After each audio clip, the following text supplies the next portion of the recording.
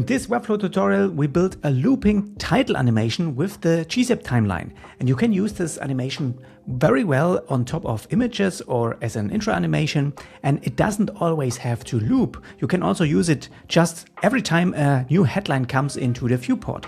And in my example, we have two titles and they come in one after another.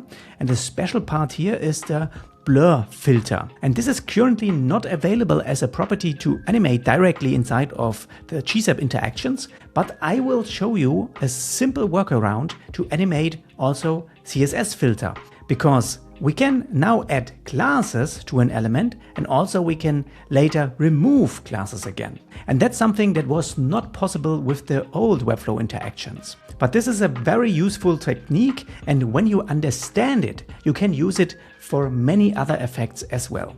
And if you are in my Webflow GSAP interaction masterclass, I added this effect to the course project, so you can simply copy and paste it into your own client work. I created a new section here, and this one has a minimum height of 100 VH, is position relative, because we also have one image element here in the background, and this one is set to position absolute fit cover, so it's filling the whole section of its parent element here. And then inside we have a content element, and this one holds all the title lines here. And this one defines the actual height of this section. So this one has just a minimum height, and the content wrapper has some padding just for safety. So if the browser window is getting too small in height, there's still some padding top and bottom to give this title animation some space.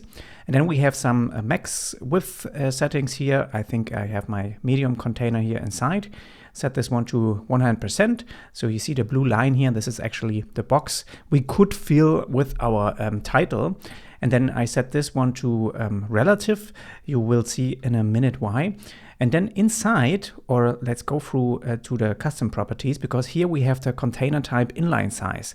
That means we can scale down all the content title elements here together with the wrapper element. That means every word inside of a title line here is staying in place and it's not going into the next line. And you can see I can basically scale down all the title elements. But of course you can play around with the values here, because the slide up title or every line here has the same class, and this one now has the CQW unit, in this case 6, but we can also increase this one to 7 maybe, so it's a little bit larger. 2 or 3 words are basically the sweet spot here for this type of animation. We can later turn this content wrapper into a component for easier editing of every line here, because now we want the third and the last line here to have the same exact position like the first and the second row. That means we can group those titles here into another div element, group 2,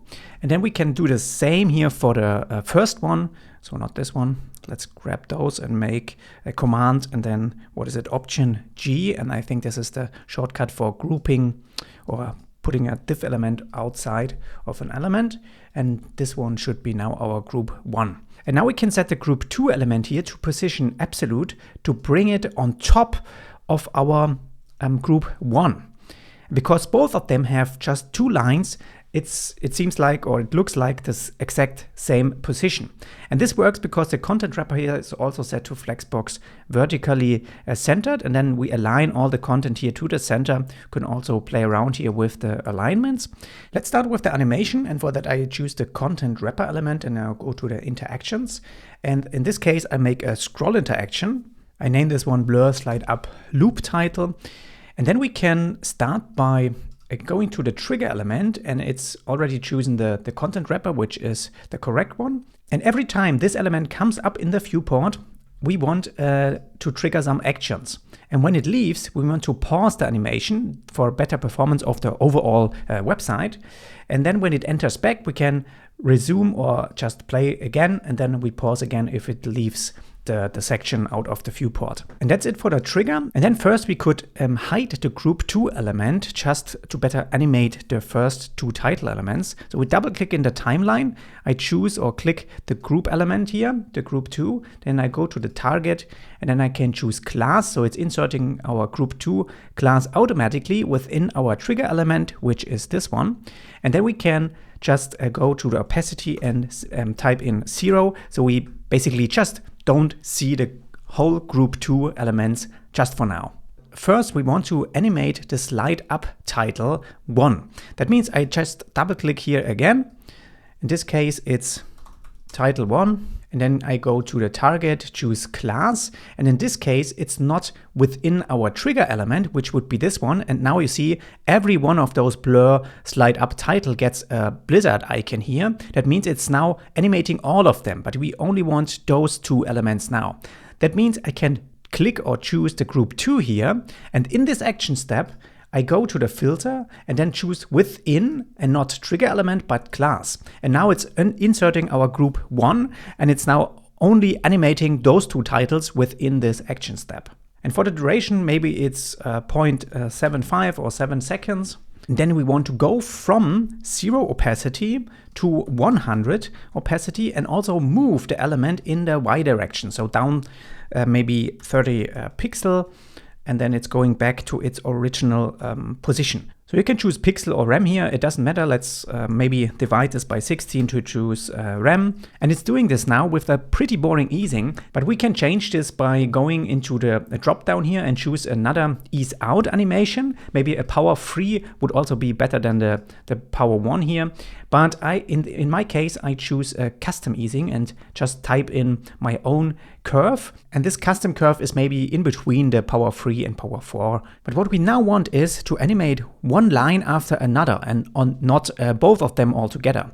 That means we can go to the stagger here, then choose an offset time. And in this case, type in 90 milliseconds. And now the first line is coming up and then the second. And this already feels way more premium. And after the ease in animation, we also want to animate them out again. Maybe after a little pause here, so we can read the text and then it's moving back out, but not to the bottom, but to the top. That means we can just duplicate this action step. In this case, just rename this one maybe out. Then we can leave all the target settings like it is and also the duration. For the easing, we want the exact opposite. We don't want an ease out animation, but an ease in animation.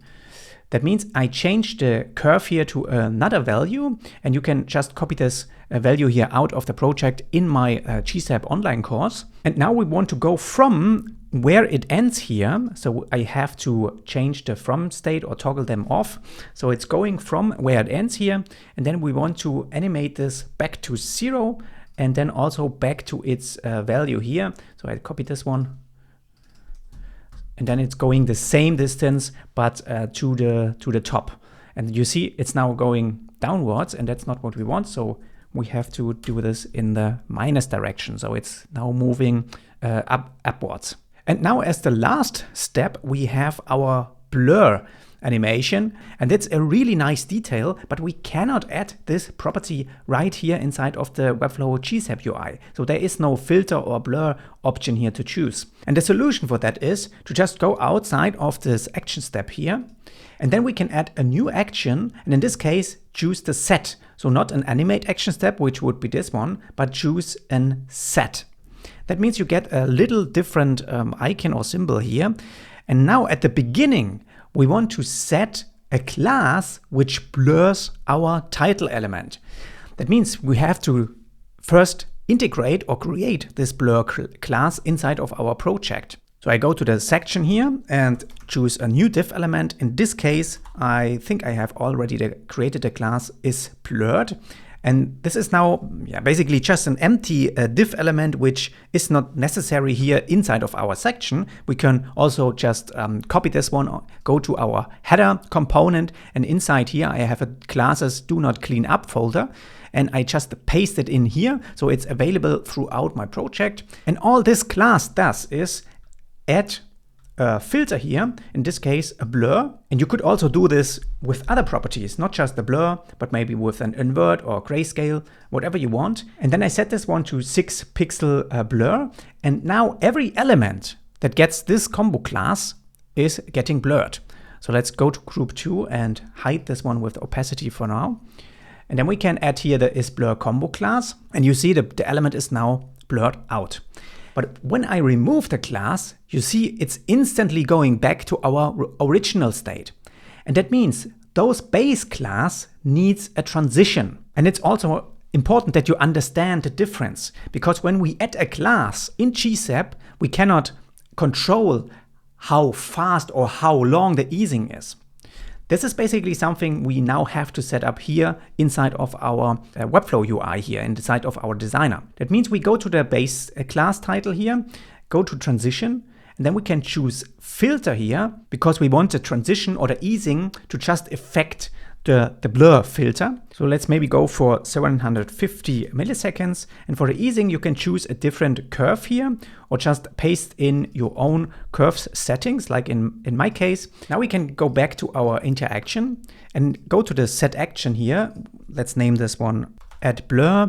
And then we want to add a class, which is blurred. So it's this one. And it's now adding this class to our trigger element, which would be this one.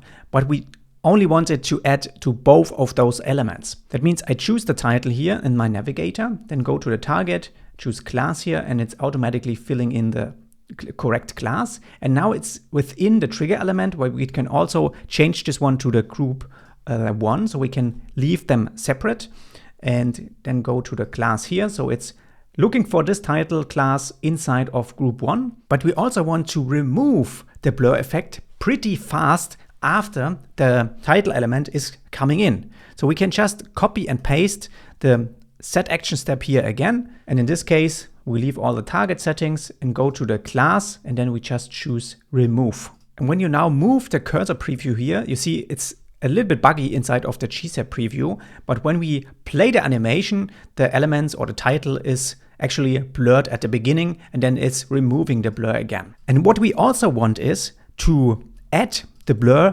back at the end animation. So maybe at around this step. So I can just copy this one back to maybe to this position. And then when the title easing here is starting to move, we also want to add the blur here with our 750 milliseconds. And now comes the cool part, because it's really easy to add this to our second group here as well. First, we have to delete the custom animation here, because this one hides the group 2 altogether. And when we delete this, we still cannot see the group 2 because we also have to set the opacity here in our Webflow designer back to 100%. And inside of our timeline, I now can just select all of those action steps, then copy and paste them. And when I drag them now back to the bottom here, it's bringing all the copy elements here back to the bottom, so which is okay. And then we choose maybe a little pause here. No, in this case, we don't want a pause. We directly want to bring in the second lines after they are being animated out. So in my case, I add all the group 2 to all of those elements. And then it's also important to choose the correct title elements, but we want the group 2 to be selected inside of our filter. And for that, we can just toggle to element and then go back to class. And when you select a class here, it's automatically filling it in the input field. So it's now having the group 2 here as a name. Or you can also go, let's go to the second one. You can also just delete this one, type in group 2 maybe, and then you just it's coming up here in the list. So both ways are actually fine. But in my case, sometimes I just want to stay at my mouse cursor, and that's the reason why I just toggle them here back and forth. And now let's also go to this one, to element, then back to class, and this one, and then back to class. So let's have a look if this is now working. Perfect. But the problem is now, after the second group is being animated out, it's not resetting our animation. But for that, we can go to our overview here, and then in the settings here down there, we can set this one to it being infinite. And you see it's now adding the symbol here, infinite, to our timeline. And of course, when you go now out of the interaction, we still have the problem to, let's toggle the preview on and off. And then you see that the group 2 text elements are overlapping our group 1 title. And yeah, this is maybe not a problem if it's your personal site. If it's a client site, it would be better to show them the actual title here inside of the Webflow Designer. And for that, I will choose Command-Shift-A, type in a name here of this component. And in this case, it's automatically adding 4 text properties to our component. And then your client can manage all of those text elements here right inside of the right panel. If you want to learn Webflow's powerful animation tools in a beginner-friendly way, check out my new Webflow GSAP Interaction Masterclass. It's a compact course that walks you step by step through the new animation system. Plus, you get a bunch of ready-to-use templates for your client projects. You'll find the link in the description.